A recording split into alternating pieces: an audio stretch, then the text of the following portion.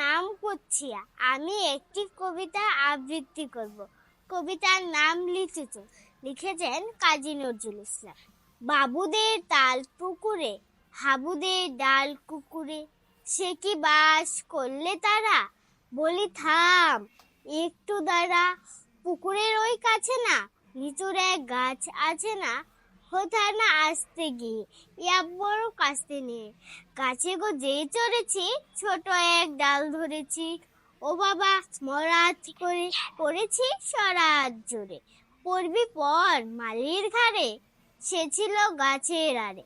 বেটা ভাই বড় নস্ছা, ধুমাধুম কোটা দুশ্চা, দিল খুব কিল উখুসে, একদম জুড়ছে ঠুসে।